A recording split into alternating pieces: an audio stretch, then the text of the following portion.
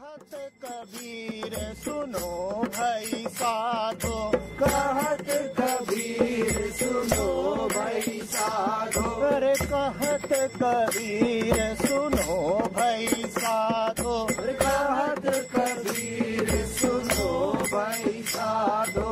साहब मिले सबूरी में, अरे साहब मिले सबूरी में, मन लागो यार फकीरी में, मन लागो। 2 years ago, I left my job, my girlfriend, and my home. Since 2 years, a little bit more, I haven't got no rooftop. At the beginning, it was very clear for me, it was honest, stuff like this. Now, I don't know if it's not a kind of running away. I wonder much myself. But do you have an obligation to not to run away? What makes you feel that running away is a sin or a crime? Are you running away from life, or are you running away from disturbance? Are you running just away from something, or are you running towards something? Important to ask. Or are you just running? You have no obligation to not to avoid something. You have no obligation to remain a part of the system. It is the system that teaches you that running away from the system is a crime. Why must you feel guilty of avoiding the system? Yes, run away. By all means, run away. Why must you not run away?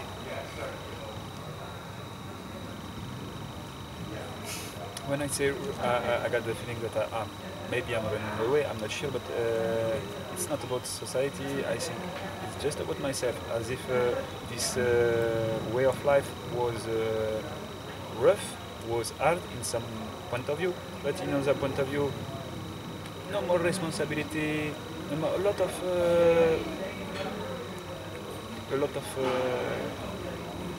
a good way to avoid some to make face to responsibility of, are you obliged to bear responsibility? If responsibility can make me face myself, to make me discover myself, I think it could be nice, yes. Was that really happening when you were bearing responsibilities before you broke away? When you were bearing all those responsibilities, were all those responsibilities leading to peace? And if they were indeed leading to peace, why did you run away? So the fact is that those responsibilities were just a social burden. And now that you have run away, you haven't completely run away. You are still carrying a part of the social self with you. And that social self is nagging you. It is troubling you. You haven't yet broken away totally from the society. So society is still present inside you and is reminding you to come back. It is telling you, oh, your responsibilities are waiting for you. How can you be so irresponsible? You know, you must come and fulfill your duties. Otherwise, you will be called a sinner.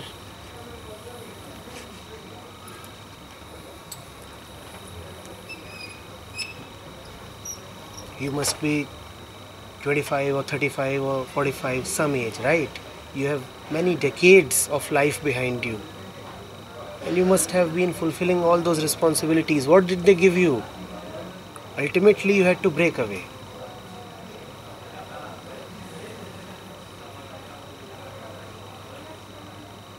Living true to yourself is your only responsibility. Living in tune with peace is your only responsibility. Living committed and surrendered to the truth is your only responsibility. You are not obliged towards anything or anybody else. You're not answerable, accountable to anything, anybody else.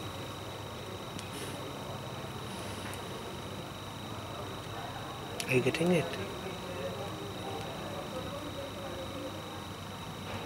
So shamelessly, guiltlessly, you can continue with your wandering ways.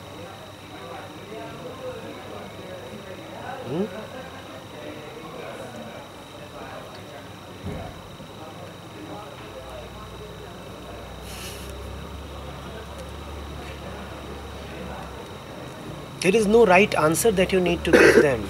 You are not even answerable. When they ask you for an answer, don't even answer. Forget about a right answer or a wrong answer. Just don't answer. They have no locus standi to question you.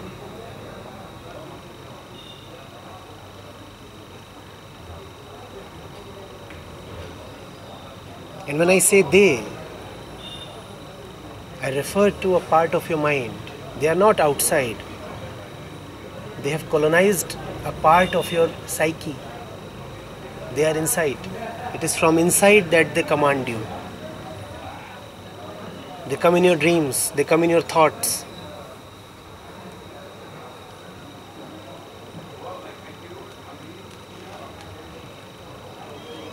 They come in your questions.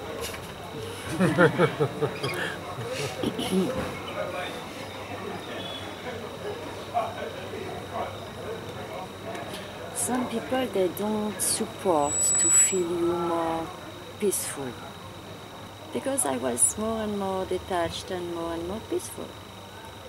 So then it seems to be like we should almost feel guilty because we are more peaceful, something like this arise. Trying to make you feel guilty because you are feeling more peaceful, and for them you should not be They that cannot much. make you feel guilty without your own support. I see that very clearly. Unless they dominate a part of your mind, they cannot command you. No, but it creates disturbance, no? That And disturbance this question. is not because of that incidence. That person must have been in control of your mind since long. In a certain way. It only showed up in this particular event. So live a life in which you give your total self to the only one. When you have given yourself totally to the one, then obviously nobody else can have some part of you, a pie of you. Yeah, but it seems he's trying to do this, to create this confusion because it's like he's losing the power or the something on me. Yes, but how did he firstly gain that power? And is that not happening continuously? It is only when specific occasions come that we become alerted that somebody has power over us. But continuously we live in ways in which we keep allowing others to have power over us. And when they use that power to further their self-interest, then we are aghast. Then we say, oh, he is exploiting me. But that exploitation is not sudden. That exploitation was in the making for a while. And we allowed that. Don't allow that. Yeah, but Yeah, now we I were don't allow. feeding this impression which creates that's what you say. But when you express that you don't allow it anymore, That's then the it's best you seen can as do. an anger. Yes, then Like, seen as an anger. But that's what. I mean, that's the right action at that time. Exactly.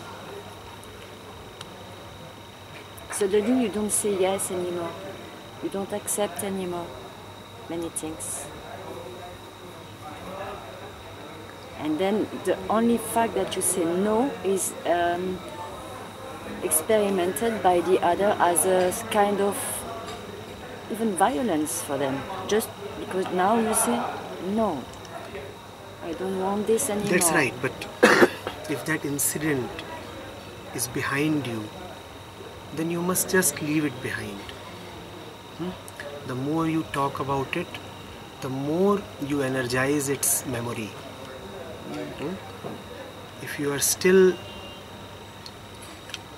dissecting it, analyzing it, trying to come to terms with it, it only means that it is still a little green in your mind. So just walk past that now. It's gone. It's gone. To talk of somebody is to let that somebody have your mind share.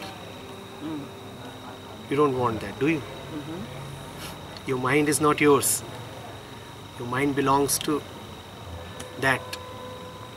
So how can you allow now a third party to come and have a control on your mind?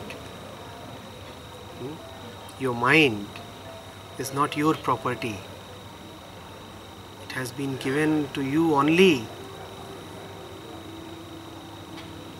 for safekeep, only as a trust. And what is given to you as a trust cannot be traded away, cannot be distributed, bartered.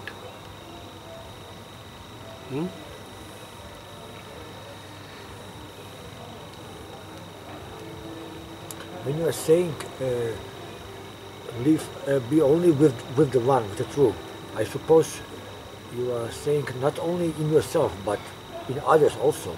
So when I talking to others, I should address the true in to know what. No, you forget the others. You take care only of yourself. When you are taking care of yourself, then there is not much concern that you pay to others. The whole feeling that others are important or that otherness is important vanishes. It is a paradox, because when you are totally with yourself, then you are highly respectful to others without trying to be respectful. So they will When not you are- harm you anymore. Huh? They will not harm you anymore. They Harm? will not even try to do anything wrong to you. They may do whatever they want to do. You don't have a control over the ways of the world. Yeah. It is unpredictable. But only that can be harmed which is amenable to harm, which is susceptible to harm. The body, for example. The body, for example. Yeah, but if you have found something more important than the body, then you can allow the body to be harmed, but not that.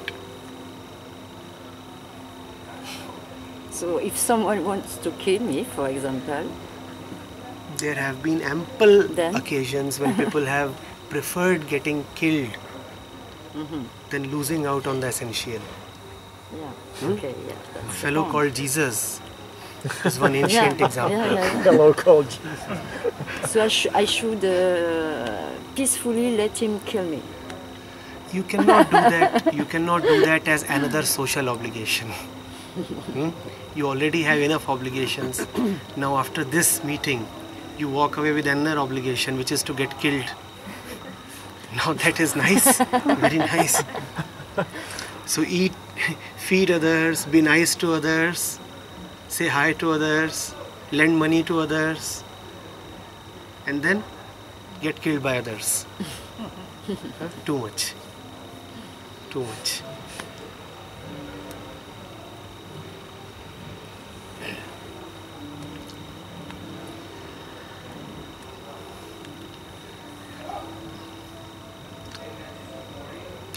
Dance within your own peace. Relate to others in that dance. That I was meaning, yes, you put it right. I was talking about that. Yes. Because we are also, sometimes we are forgetting, our awareness drops, and then we are feeding the things in others that we don't like, you know. It is a very sacred space when you are operating really within. In that space, even you do not exist. How can others exist? So there is no question of having a relationship with others. It is just a pure dance, a pure movement. Not me and you, but total. Because me and you is separation. Then it is just an integrated movement. Then it is not as if I am speaking and you are listening. Then it is as if this whole setting is one integrated whole, within which a voice is emerging. It is not as if it is my voice. It is not as if it is your ears. Words cannot capture fully what I am expressing right now. So you'll have to be very empathetic.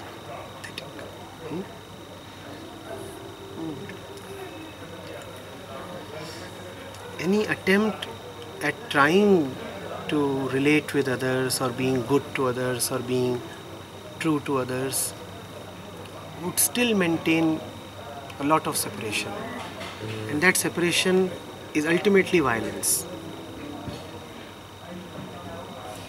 It's also unnatural because also comes from the ego who wants to be nice, to want spiritual and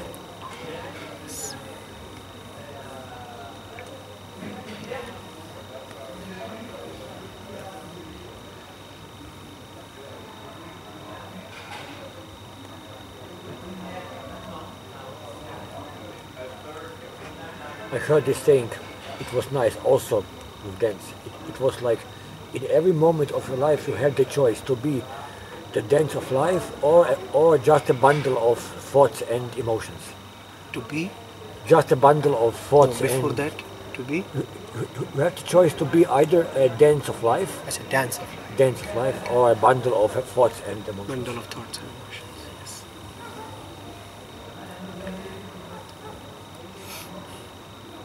Bundle of thoughts and emotions. Even in imagination does not look very appealing. It's too much effort to even think about. To even imagine it. To even imagine it. I don't even.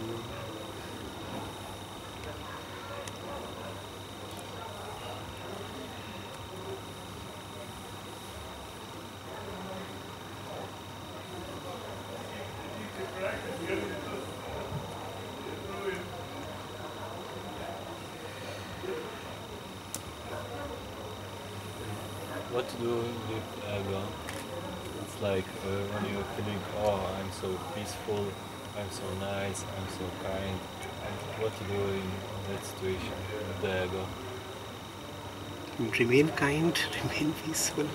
Yeah, but it's like the ego, oh, I'm so cool, I'm so great. So Remain what to great. do? Huh? Remain great. But And when you are feeling you are great and it's still like find ego. yourself acting petty, then tell yourself that you are a great hypocrite. It is easy to tell yourself that you are great, but then you have to live that greatness. Huh? But when you're feeling like, oh, I'm better than this person, oh, I'm... It is not a sign of greatness to compare. Greatness is so absolute, so absolutely arrogant that it doesn't compare. In little arrogance you compare. In great arrogance, in absolute arrogance, you don't even compare. Truth is absolutely great and hence absolutely arrogant. In absolute arrogance, you become very humble. They are one and the same. That's why the truth expresses itself in two ways. It says, I am nothing. And parallelly it says, Everything. I am everything.